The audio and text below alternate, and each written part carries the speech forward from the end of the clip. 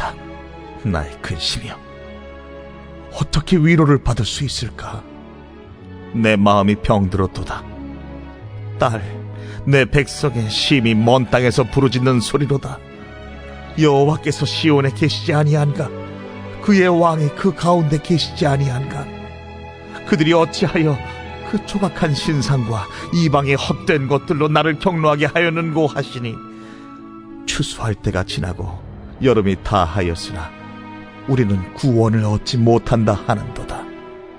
딸, 내 백성이 상하였으므로 나도 상하여 슬퍼하며 놀라움에 잡혔도다. 길르앗에는 유향이 있지 아니한가? 그곳에는 의사가 있지 아니한가? 딸, 내 백성이 치료를 받지 못하면 어찌 됨인고?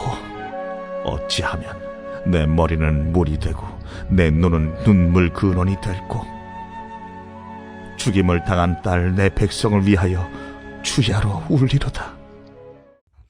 안녕하세요. 하조교회 청소년부 친구들 여러분, 손주환 목사입니다.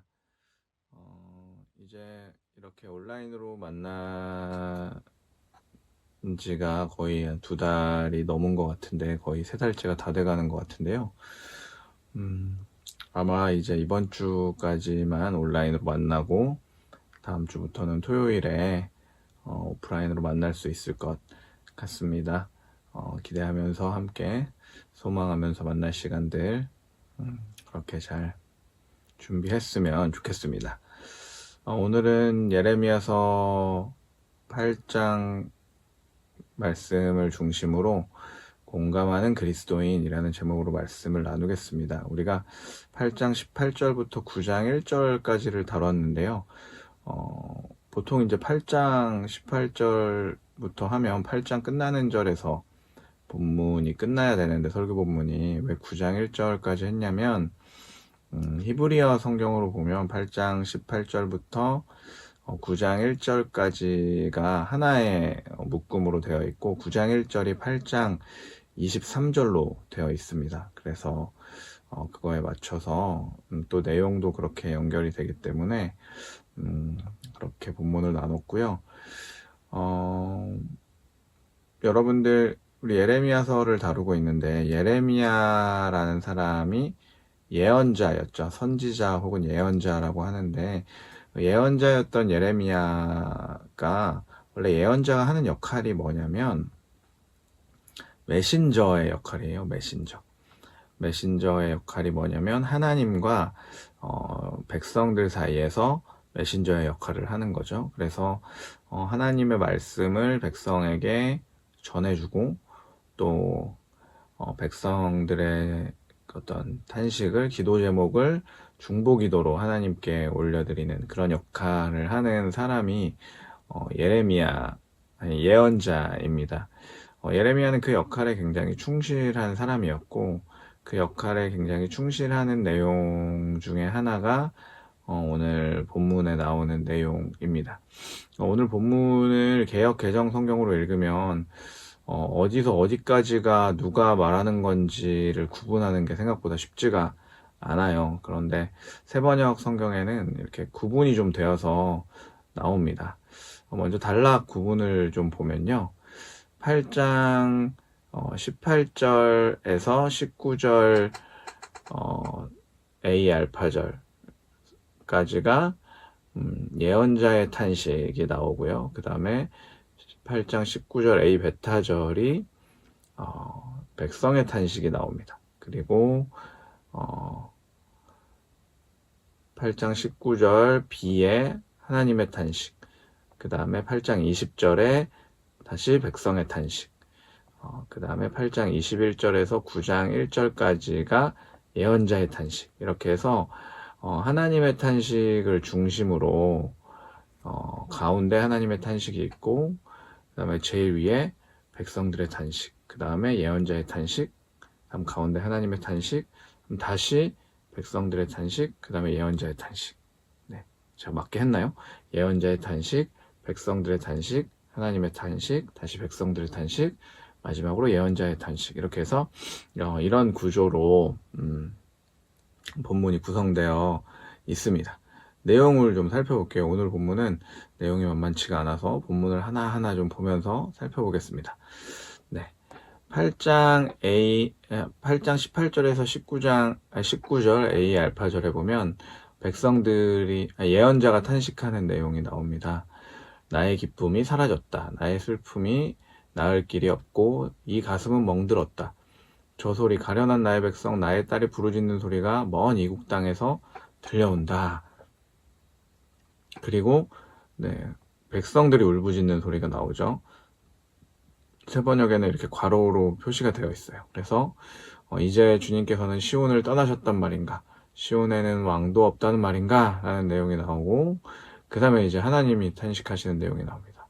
어쩌자고 조각한 신상과 헛된 우상을 남의 나라에서 들여다가 나를 노하게 하였느냐 라고 하고, 다시 백성들의 탄식이 나와요. 20절에 보면 백성들이 또 울부짖는다 하면서 여름철이 지났는데도, 곡식을 거둘 때가 지났는데도 우리는 아직 구출되지 못하였습니다.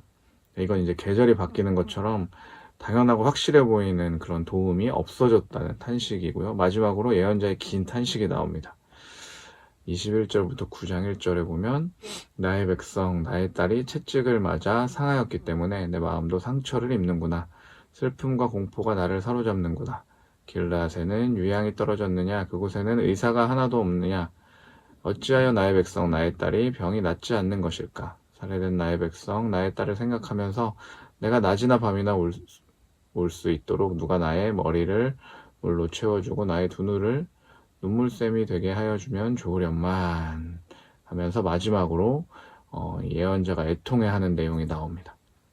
그러니까 이 내용들을 보면 먼저 백성들의 고통 때문에 탄식하는 예레미야의 그 탄식이 나오고요. 그 다음에 백성들이 고통 때문에 울부짖는 내용이 나오고, 또 백성들의 우상 숭배 때문에 탄식하시는 하나님의 말씀이 나오고, 그 다음에 시간이 지났는데도, 충분히 지났는데도 불구하고 여전히 회복되지 않는 그 상황에 대해서 탄식하는 백성들의 모습이 나오고, 또 이러한 모든 상황에 대해서 탄식하는 예레미야의 탄식이 마지막으로 나오는 구조로 되어 있습니다.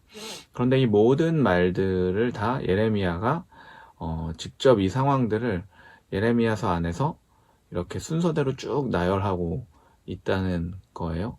예언자가 먼저 탄식하고, 백성들이 탄식하고, 하나님이 탄식하시고, 또 백성들이 탄식하고, 마지막으로 예언자가 탄식하고. 이 구조는 어떻게 우리가 이해할 수 있냐면, 예언자가 백성들의 마음도 공감하면서 또한 하나님의 마음도 공감하는 그런 모습으로 나옵니다. 백성들의 상황을 보면 백성들의 상황이 너무 안타까운 거예요.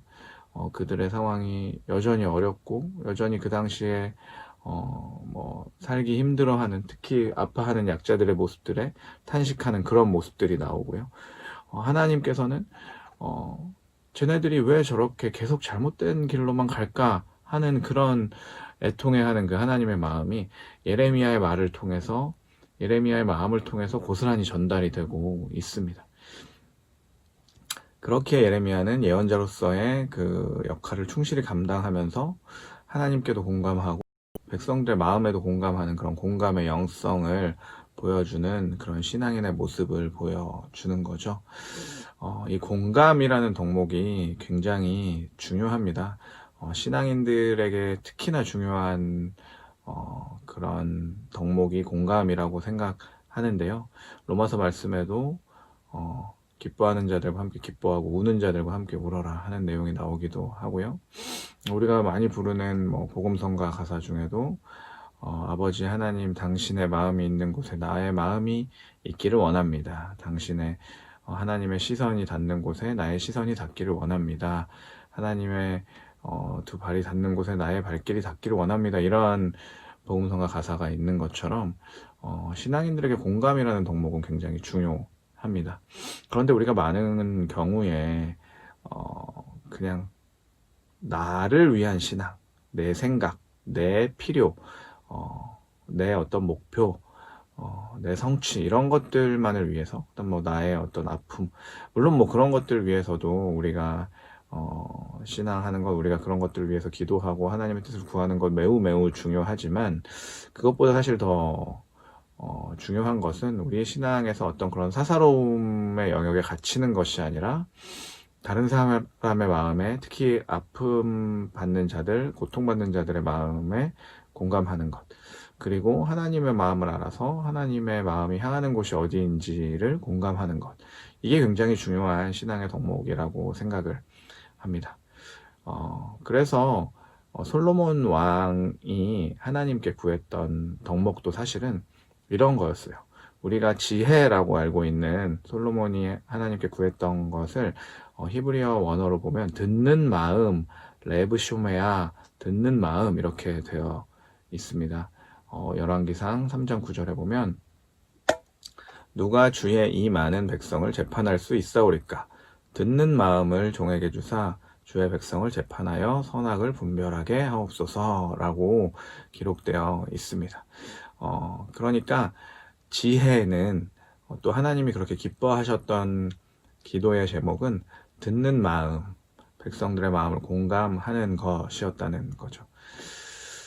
이처럼 공감 능력은 굉장히 중요합니다. 우리가 하나님의 뜻을 알기 위해, 하나님의 마음을 알기 위해 늘 하나님의 뜻을 구하고 하나님의 말씀 앞에서 겸손히 하나님의 말씀을 받아들여야 할 것이고요. 또 중요한 것은 우리 주변에 우리가 공감해야 하는 자들, 누구의 공감도 받지 못하고 소외받고 있는 사람들, 또 충분히 공감할 수 있음에도 불구하고 우리가 그냥 어떤 개인의 감정 때문에 혹은 내가 너무 바빠서 내게 너무 중요해서 공감하지 못했던 그런 사람들을 돌아보면서 주님의 마음을 품고 공감하는 것이 진정한 그리스도인다운 삶이면서 예언자의 그 영성을 이어서 살아가는 그런 삶인 줄로 믿습니다. 우리가 그냥 나만 바라보는 신앙에 갇히는 것이 아니라 공감하는 그리스도인으로 살아가시기로 다짐하는 우리 하주교회 청소년부 친구들 되시기를 예수님의 이름으로 축복합니다. 함께 기도하겠습니다. 하나님, 우리 안에 공감하지 못하는 모습이 있지는 않은지 돌아봅니다. 아니 오히려 애써 공감하지 않으려고 하는 그런 모습들은 있지 않은지 돌아봅니다. 하나님, 예레미야가 가졌던 그 공감의 영성을 가지고 아파하는 자들과 공감하며 하나님의 마음에 공감하며 그렇게 그리스도인다운 삶을 살아가는 우리가 될 수 있도록 함께하여 주시옵소서. 예수님의 이름으로 기도합니다. 아멘.